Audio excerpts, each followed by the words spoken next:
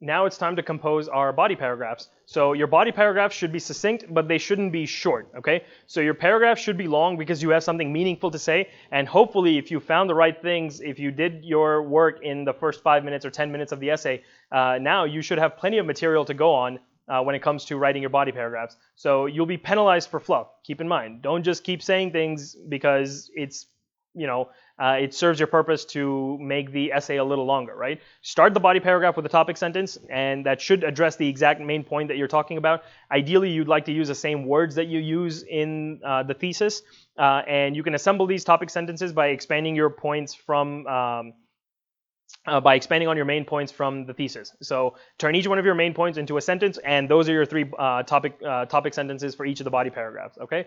And the topic sentence, once you have your topic sentence, then you can follow it in detail, right? So the sentences that come after your main topic sentence should unpack the main idea, right? So it should say, Ronald Reagan uses evidence. It should actually start giving the evidence that he actually gives, right? So I would say that you should have at least 4 to 5 sentences in your body paragraphs.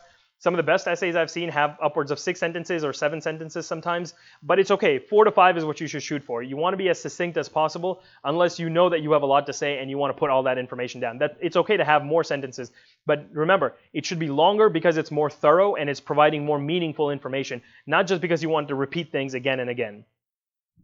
And it's not just enough to state the term or device. And if you do that, it's obviously not going to be very long. If you just say, oh, Ronald Reagan uses repetition here to connect with his audience. Well, why? Why does he use repetition? Why can't he use something else to connect with his audience? And how does using repetition actually connect with the audience? So you want to give that kind of information in your body paragraph, right? You have to demonstrate how it's used, why the author chose to use it, and what effect it has when used for that particular audience. And they don't want you to try to just fill the paragraph, right? So if you write fluff and if you waste your sentences, you're going to get penalized for it, right? A good body paragraph contains exactly what it needs, right? It's long because it's thorough. It's long because it has depth of argument, and it has a lot of nuances that it addresses. It's not long because it's fluffy.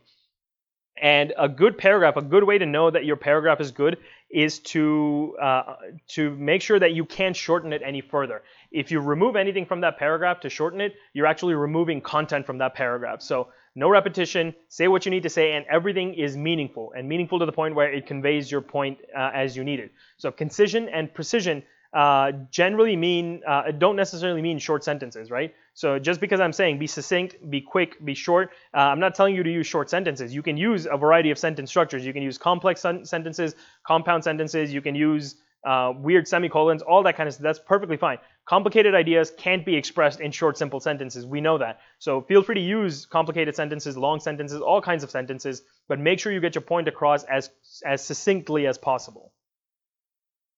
And here's a good sentence structure or a paragraph structure I like to use. The first sentence should just be your topic sentence and transition sentence. So that very first sentence is a transition. So it's saying something like, in addition to using German phrases, Ronald Reagan also, main point number 2, right? So you want to make sure you put that down. So the first sentence should be the topic and the transition sentence, and it should also talk about the literary or rhetorical device that the author uses. Essentially, it comes from main point number 1. Or main point 2 or main point 3, depending on the paragraph. And then you give evidence point A and then explanation. So you say, oh, here's evidence where he does this, and this is the effect it has, and here's why he did it. And then you give evidence point B, here's the effect it has, and here's why he chose this one over something else. And then you can conclude, right? You can essentially restate the topic sentence and transition over into the next body paragraph. And then the cycle starts over again with the topic sentence for the next one, and you follow the exact same methodology going down.